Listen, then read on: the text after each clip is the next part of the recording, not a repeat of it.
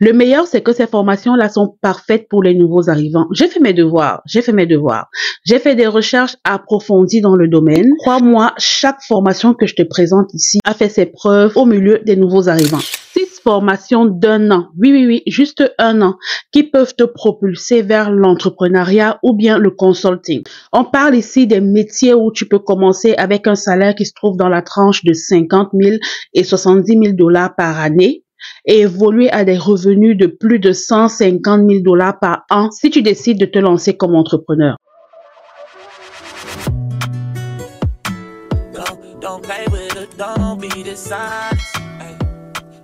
Salut et bienvenue sur ma chaîne. On va skipper cette partie-là. J'ai une information importante à partager avec vous. Selon mes statistiques, comme vous pouvez le voir ici, j'ai moins de 10% de ceux qui regardent mes vidéos qui s'abonnent. Et ça, c'est un problème. Les amis, vous êtes 8,1% qui regardez mes vidéos et qui vous abonnez. Si tu reviens sur cette chaîne-ci parce que tu as regardé une de mes vidéos qui t'a plu, je t'invite, s'il te plaît, à t'abonner. Sans plus tarder, on va aller dans le vif du sujet. Le premier métier ici, c'est contrôleur aérien. On dit en anglais Air Traffic Controller.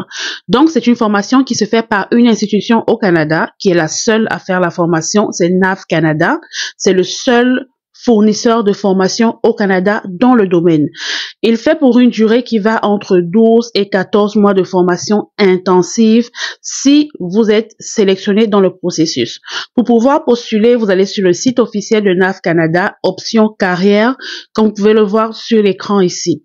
Les conditions d'admissibilité, c'est d'avoir un diplôme d'études secondaires, ok, obligatoire. Si tu as ton bac, c'est bon.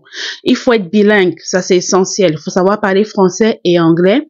Vous allez subir un test d'aptitude très rigoureux. Donc un test de raisonnement spatial, un test de gestion du stress. On va évaluer vos capacités multitâches et on va vous donner des tests psychométriques à faire. Donc, le métier au quotidien, pour ceux-là qui ne savent pas c'est quoi un contrôleur aérien, vous êtes chargé de la gestion du trafic aérien en temps réel. Vous êtes chargé de communiquer avec les pilotes. Vous êtes chargé de surveiller les conditions météorologiques. Vous serez chargé de coordonner avec les autres contrôleurs sur la base. Vous serez chargé aussi de gérer des situations d'urgence. Donc voilà, quand on va parler de contrôleur aérien, on va tourner autour de quel salaire et de quel avantage. Selon Indeed Canada en 2024, le salaire durant la formation par NAV Canada, lorsque vous êtes recruté, on vous forme pendant 1 an. Pendant la formation, vous allez toucher entre 45 000 et 50 000. Et après la formation, pendant la première année, vous allez passer entre 60 000 et 70 000. OK?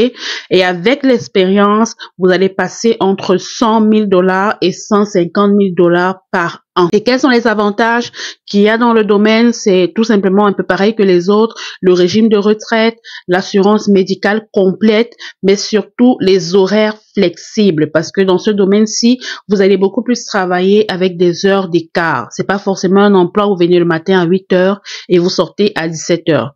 Les points importants ici que vous devez noter en tant qu'immigrant nouvel arrivant, c'est que le processus de sélection est compétitif, ok?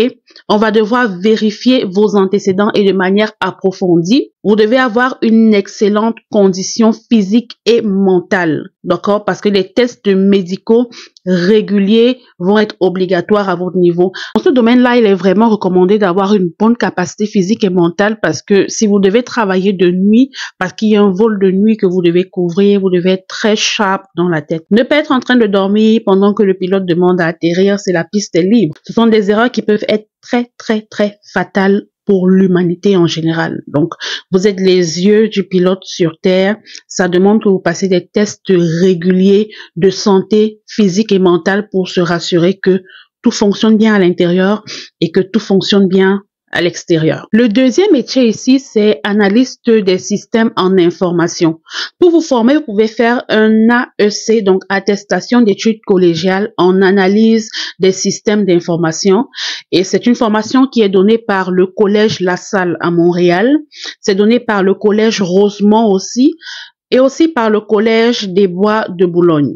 Le contenu du programme et les modules principaux à l'intérieur de ce métier-ci, vous avez analyse de système, programmation de base, gestion de base de données, la sécurité informatique, la gestion des projets IT, le business intelligence ou encore l'intelligence d'affaires. Les débouchés professionnels dans le domaine selon Techno Montréal et selon le site d'Emploi Québec en 2024, vous avez des postes tels que analyste fonctionnel et la tranche salariale est de 65 000 $ jusqu'à 85 000 $ à ce poste-là. Vous avez encore des analystes d'affaires en TI qui vont entre 70 000 $ et 90 000 $ par an. Vous avez des consultants en système qui touchent entre 75 000 $ et 95 000 $. Vous avez des chefs de projet juniors qui touchent entre 60 000 $ et 80 000 $ par an. Les avantages du métier, c'est qu'il y a une forte demande sur le marché et il y a une possibilité de télétravail. Beaucoup de gens vont vers là parce qu'en des temps froids,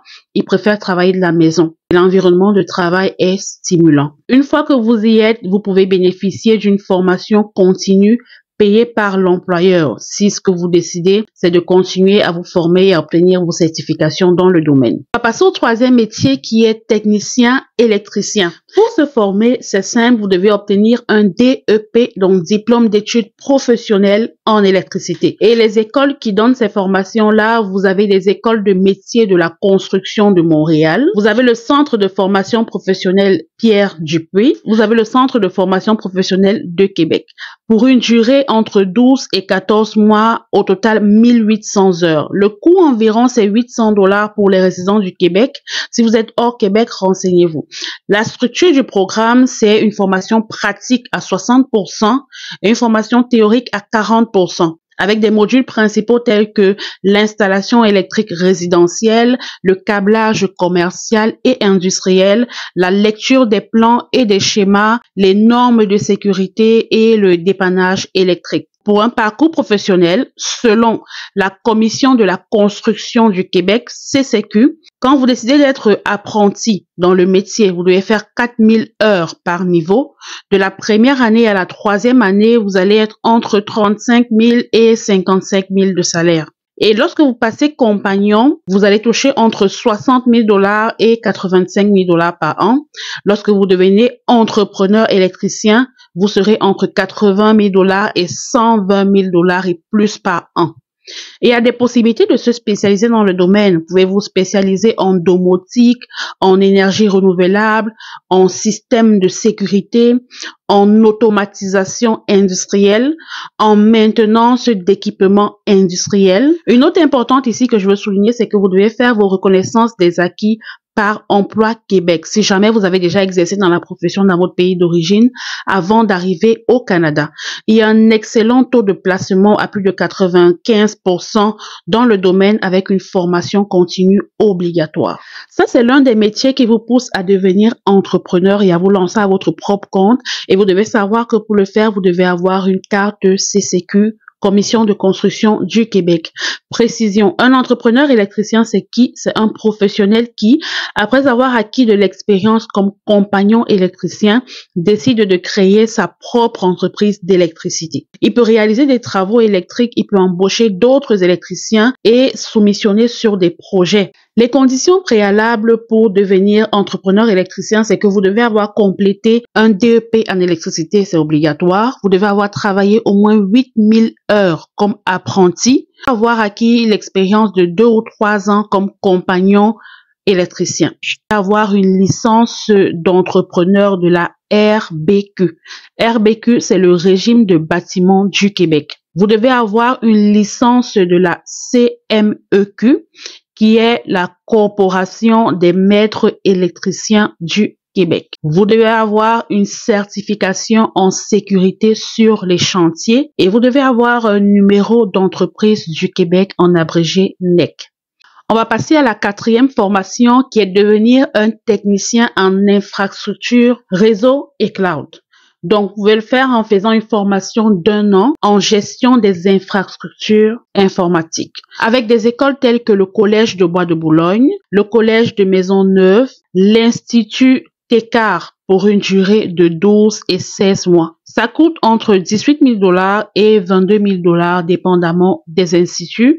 Et la source me vient de Techno Montréal. Donc, le contenu du programme pour cette formation-ci, c'est l'administration des réseaux cloud, computing, AWS, Azure, Google Cloud, la sécurité des réseaux, la virtualisation, le support technique, infrastructure, AS Code. Donc voilà. Dans ce domaine-ci, les perspectives d'emploi selon Indeed et selon LinkedIn en 2024, vous pouvez devenir un administrateur des réseaux juniors et toucher entre 55 000 et 70 000 $ par an. Vous pouvez devenir un technicien cloud et toucher entre 60 000 et 80 000 $ par an. Vous pouvez aussi devenir un spécialiste en support technique. Vous allez toucher entre 50 000 et 65 000 par an. Si vous devenez un administrateur système, vous serez entre 65 000 et 85 000 par an. Les certifications recommandées dans le domaine sont des certifications telles que CompTIA Network Plus, AWS Certified Cloud Practitioner, vous avez Cisco CCNA, vous avez Microsoft Azure Fundamentals. Important de les avoir lorsque vous êtes dans le domaine de la tech. Allez toujours chercher des certifications complémentaires pour vous permettre de passer d'un niveau salarial et d'un niveau de compétence à un autre. On va passer au 5e métier qui est tout simplement le métier de plombier. Vous entendez tout le temps parler des métiers de plombier, mais comment faire pour accéder à ce métier-là? Passez par une formation d'1 an pour obtenir un DEP en plomberie à travers des instituts tels que l'École des métiers de la construction de Montréal, le Centre de formation professionnelle Pierre Dupuis ou encore l'École professionnelle de Sainte-Hyacinthe pour une durée de 12 à 14 mois. OK, ça fait un total de 1680 heures. Ça coûte aux alentours de 800 $ pour les résidents du Québec. Résidents hors Québec, vous pouvez aller vérifier. En formation, vous aurez une formation pratique à 65% et une formation théorique à 35%. Les modules principaux, c'est l'installation et la réparation de système, la lecture des plans, les normes du code de plomberie, de soudure et de brassage, les systèmes de chauffage et le parcours et le salaire selon le CCQ dans la Commission de construction du Québec en 2024. Si vous décidez d'entrer comme plombier apprenti, de la première à la 3e année, vous serez dans une tranche de 34 000 à 52 000 $ par an. Ensuite, vous allez passer compagnon, vous serez dans la tranche de 55 000 $ à 75 000 $ par an. Ou encore, vous allez passer entrepreneur plombier et aller chercher entre 80 000 $ à 150 000 $ et plus par an. La spécialisation dans ce domaine-là est très lucrative. Vous pouvez décider de vous spécialiser uniquement dans la plomberie commerciale, dans les systèmes de gicleurs de gaz naturel, dans les systèmes écologiques ou encore dans la maintenance industrielle. Donc voilà, pour le domaine de plombier, c'est quelque chose qui vous intéresse, rapprochez-vous des écoles, prenez des informations et cherchez à devenir entrepreneur plombier parce que ce sera beaucoup plus payant. On va passer au dernier métier sur notre liste, c'est tout simplement de devenir un technicien AVAC. Technicien AVAC, c'est quoi? C'est ce qu'on appelait généralement au pays froid et climatisation. Donc, chauffage, ventilation et climatisation. La formation pour la faire, c'est d'obtenir un DEP, diplôme d'études professionnelles en réfrigération, auprès des écoles telles que l'école polymécanique de Laval, le CFP, Centre de formation professionnelle de la Chine, le Centre de formation professionnelle de Québec. Pour une durée de 12 à 14 mois, 1800 heures, au coût de 800 $ environ pour les résidents du Québec. Si vous êtes résident hors Québec, encore, allez vous renseigner. Le contenu de la formation ou les modules clés ici sont le système de réfrigération, ok, comprendre ça, comprendre la climatisation et le chauffage, la ventilation, l'électricité de base, l'automatisation, l'efficacité énergétique. Les opportunités professionnelles dans le domaine, selon Indeed et selon Job Illico en 2024, sont que un technicien AVAC junior devrait toucher entre 40 000 $ et 50 000 $ par an, tandis qu'un technicien expérimenté devrait toucher entre 60 000 $ et 85 000 $ par an. Un superviseur technique va toucher entre 70 000 $ et 90 000 $ par an et un entrepreneur AVAC sera au-delà de 100 000 $ par an. OK? Donc, les avantages du métier, c'est qu'il y a une demande constante pendant toute l'année et il y a une possibilité d'avoir un revenu supplémentaire lorsque vous faites des gardes. Les ressources utiles ici, je vais vous laisser ça en bas dans la barre de description. Vous avez québec.ca, informations sur les métiers réglementés. Vous avez IMT en ligne pour les perspectives d'emploi. Vous avez Qualification Québec qui fait la reconnaissance des compétences. Vous avez CCQ pour les informations sur les métiers de la construction. Je vous laisse ces informations-ci dans la barre de description sous la vidéo pour ceux-là qui désirent aller faire plus de recherches dans ce sens-là. Je vous encourage toujours à aller vers un métier qui vous donne la possibilité de finir comme entrepreneur dans votre domaine ou comme consultant dans votre domaine, parce qu'à un moment donné ou à un autre, vous allez chercher à avoir une source de revenus supplémentaires et c'est toujours important de pouvoir jouer sur la compétence que l'on a déjà pour pouvoir se bâtir un business par la suite. C'est sûr qu'au-delà de ces 6, il y a tellement d'autres métiers que vous pouvez faire et finir comme entrepreneur ou comme consultant. J'ai choisi ces 6-ci. Peut-être par la suite, je pourrais trouver d'autres et vous les apporter en information pour vous aider à faire de meilleurs choix lorsque vous décidez d'immigrer au Canada. Ce sera tout pour cette vidéo. J'espère qu'elle vous a apporté l'information dont vous avez besoin pour pouvoir enfin sauter le pas et dessiner votre chemin, ou bien qu'elle vous a apporté un carnet pour savoir comment aller chercher l'information qui correspond exactement à ce que vous voulez faire lorsque vous allez vous installer au Canada, ou même si vous êtes déjà installé au Canada. On va s'arrêter là pour cette vidéo et on va se retrouver dans la prochaine vidéo.